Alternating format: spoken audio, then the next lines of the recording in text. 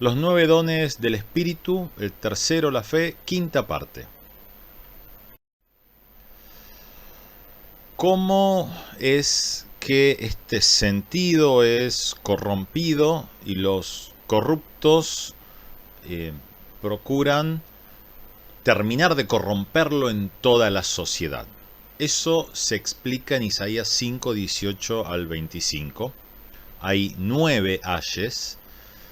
Las consecuencias las vemos en versículo 24, 25, que nos habla de la destrucción nacional. O sea, por qué las naciones son destruidas, en el caso de Israel, casi hasta desaparecer. Y la tercera afirmación es: hay de los que llaman bueno a lo malo y malo a lo bueno. Si les suena algo conocido, bueno, es exactamente lo que vemos en nuestros días. ¿Qué quiere decir esto? Quiere decir que esta gente, aunque pueden ver y entender los planes más perfectos de Dios, los hacen pasar ex profeso como si fueran malos y dañinos. Es una acción voluntaria para engañar. Es una acción decidida para engañar, sabiendo qué es bueno, sabiendo qué es malo, decir lo contrario. Las personas que siguen a estos impíos obviamente son anuladas en su sentido espiritual de la fe. Miqueas 3, 1, 4. Yo dije entonces: escuchen ahora, príncipes de Jacob y jefes de la casa de Israel. ¿Acaso no les toca a ustedes saber lo que es justo? Ustedes aborrecen lo bueno y aman lo malo. Le arrancan a mi pueblo la piel y la carne hasta dejarlo en los huesos. Sí, se comen la carne de mi pueblo y le arrancan la piel. Le rompen los huesos y lo descuartizan como cuando se echa la carne en la olla y se pone en el caldero. Pero cuando clamen al Señor, Él no les responderá. Más bien, en ese momento les volverá la espalda por todo el mal que han hecho. Aquí tenemos una ejemplificación de esta maldad, de esta perversión completa. Deuteronomio 18, 9, 14. Cuando entres a la tierra que el Señor tu Dios te da, no cometas los mismos actos repugnantes que practican esas naciones. Que no haya en ti nadie que haga pasar a su hijo o a su hija por el fuego, ni nadie que practique la adivinación, ni sea agorero, ni sortílego, ni hechicero, ni encantador, ni adivino, ni mago, ni nadie que consulte a los muertos. Al Señor le repugnan todos los que hacen estas cosas, y precisamente por estos actos repugnantes el Señor tu Dios va a expulsar de tu presencia estas naciones. Delante del Señor tu Dios debes ser perfecto, porque las naciones de las que vas a tomar posesión prestan oído a los agoreros y a los adivinos. Pero a ti el Señor tu Dios no te permite hacer esto. ¿Por qué Dios mandó destruir a 7 naciones en Canaán? Bueno, justamente por todo esto, porque estaban tan sumergidas en la corrupción que ya no podían ser rescatadas. Y el tercer tipo de personajes que se menciona acá son justamente los agoreros. Mientras que la fe ve los diseños del cielo, el agorero ve los diseños del usurpado segundo cielo. Digamos, es un adivino en cierto sentido, pero más que adivino, él está mirando hacia el cielo. Y sí, hay diseños allí. Claro que sí, sí, sin duda. Es más, hasta hay diseños que podemos decir que en cierto sentido o hasta cierto punto han sido puestos por Dios mismo. El asunto es que, ¿qué pasa luego con eso? Génesis 9:14. Y será que cuando haré venir nubes sobre la tierra, se dejará ver entonces mi arco en las nubes. Y aquí tenemos una palabra hebrea que tiene el código 6049, que es anán, raíz primaria, que significa cubrir, nublar, figurativamente actuar encubiertamente, practicar la magia, adivino, agorero, hechicero, mirar, observar. La primera referencia bíblica que tenemos a esto parecido a agorero es mirar al cielo para ver las señales de Dios.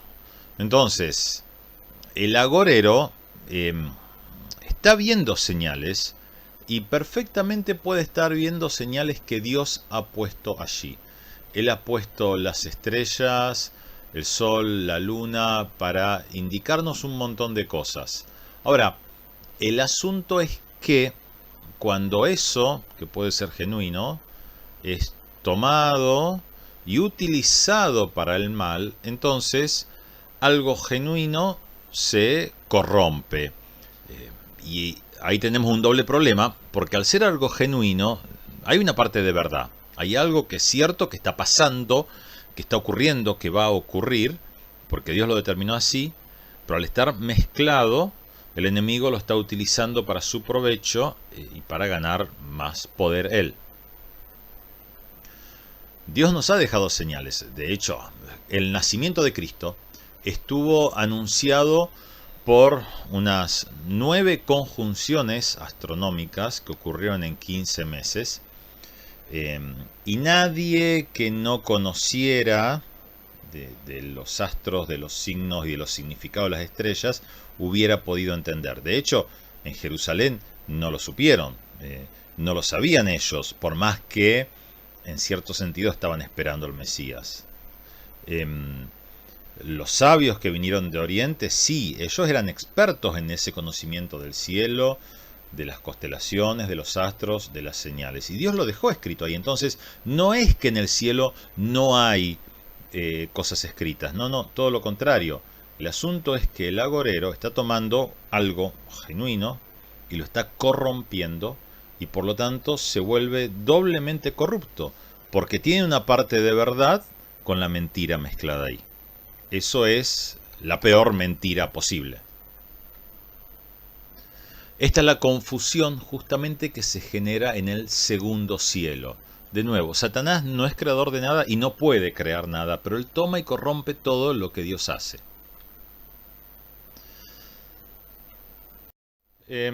Los procesos y los tiempos que Dios ha marcado en los cielos son distorsionados, entonces, son ocultados en parte, son reinterpretados o directamente son usados para los propósitos malignos. Sabiendo lo que Dios va a hacer, lo que Dios ha determinado, tratan de ganarle a Dios o meterle una zancadilla a los planes de Dios o sacar provecho incluso de los planes de Dios. Eso es una tremenda corrupción.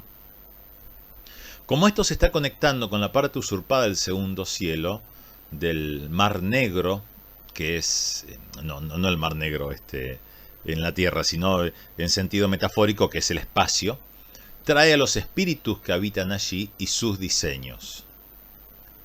La fe, que implica ver los planos de Dios, es reemplazada por ver los planos del enemigo, o mejor dicho, los planos de Dios que han sido corrompidos, nublados, escritos encima por el enemigo. Ahora, hay formas sutiles de esto. De hecho, hay formas hoy en día hay formas muy sutiles en el ministerio profético.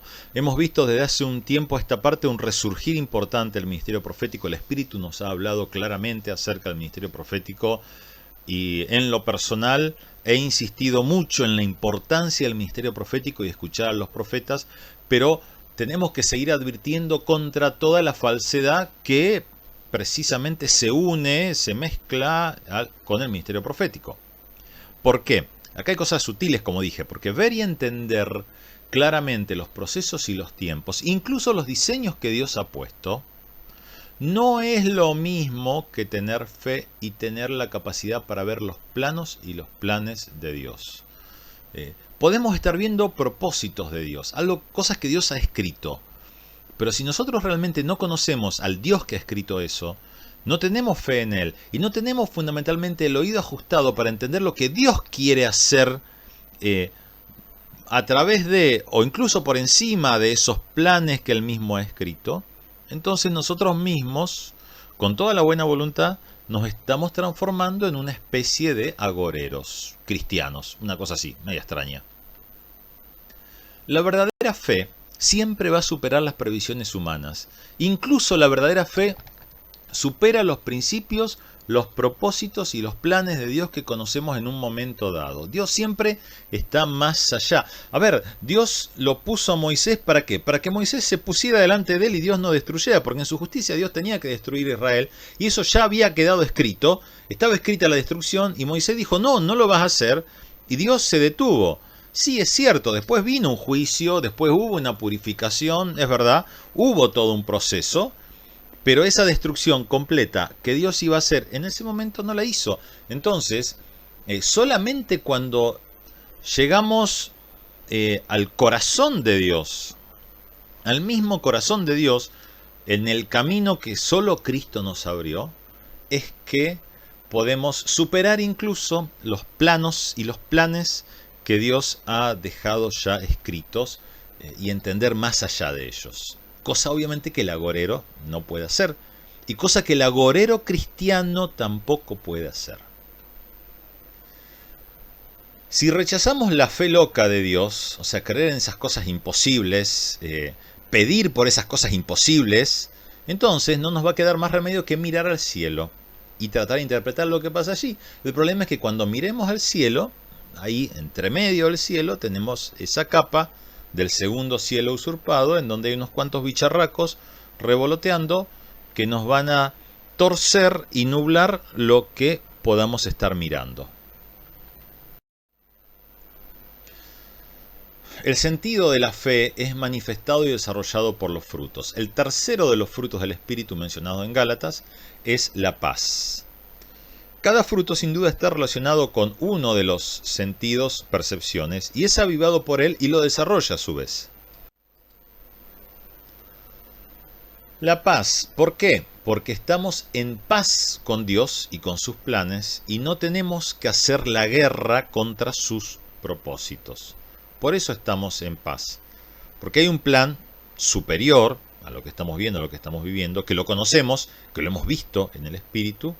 Entonces no estamos en lucha con los hombres, con Dios, o mejor dicho, aunque nos toque luchar, estamos en paz porque estamos viendo ese diseño superior. Como vemos por la fe el camino a seguir, no nos metemos en trampas del enemigo y no tenemos que pelear luchas extras, luchas a las que Dios no nos ha llamado. No nos metemos en problemas innecesarios. Y los problemas que tenemos y las luchas que tenemos, porque sin duda las tenemos y las seguiremos teniendo, bueno, Dios se va a encargar de pelear por nosotros y entonces, paradójicamente, podremos luchar, pelear, sí, pero en paz. Estamos en paz porque por fe sabemos que sus planes se cumplirán y podemos descansar sin esforzarnos inútilmente nosotros. Estamos en paz con nosotros mismos porque sabemos que estamos en el camino correcto. O sea, no en el camino correcto en un sentido genérico, sí, soy hijo de Dios, sé que me voy al cielo. No, en el camino correcto en un sentido específico. Sé que estoy esto que estoy haciendo, esto que voy a hacer, esto que dejé de hacer, es lo que Dios específicamente me marcó a mí. Sabemos que Dios pelea por nosotros, lo vemos en sus planes y sabemos cuándo va a llegar su accionar y cómo va a ser, aun cuando nos toque partir. Ya sabemos que será nuestro tiempo y que ya habremos completado la obra aquí. Hay una bendición para los que utilizan bien este sentido. Mateo 5:5. Bienaventurados los mansos, la tercera bienaventuranza, porque ellos heredarán la tierra. La palabra griega es apacible, pacífico, humilde, manso. Los mansos no luchan con sus fuerzas, sino que dejan que Yahweh de los ejércitos, el Señor de los ejércitos celestiales, luche por ellos. Los mansos conocen los planes y el poder de Dios, y saben el fin de los planes malvados, por lo que no tienen que estar en guerra con ellos. Ahora, alguien dice, medio en broma, medio en serio, que ser manso no significa ser menso. Y sin duda que sí. No tiene nada que ver con eso. Es más, ser manso no tiene nada que ver con no luchar. Al contrario, Dios está levantando y necesita urgentemente levantar poderosos guerreros que paradójicamente también sean mansos y humildes. También los mansos pueden aceptar los malos tratos, las ofensas y el sufrimiento porque ven el final de la historia por fe. El guerrero de Dios es manso, no porque no pueda, no sepa luchar o le tenga miedo. Es manso porque no se va a meter en ninguna lucha que el Padre no lo haya llamado. Y aun si tiene que sufrir, o aun cuando llega su momento de partir, él simplemente lo va a tomar con paz, porque él no lucha por sí mismo ni por sus ofensas, él lucha por su Padre, por el reino de Dios. Bueno, y aquí tenemos unas cuantas cosas más para charlar sobre el Sermón del Monte, pero eso los vamos a ver en el próximo video.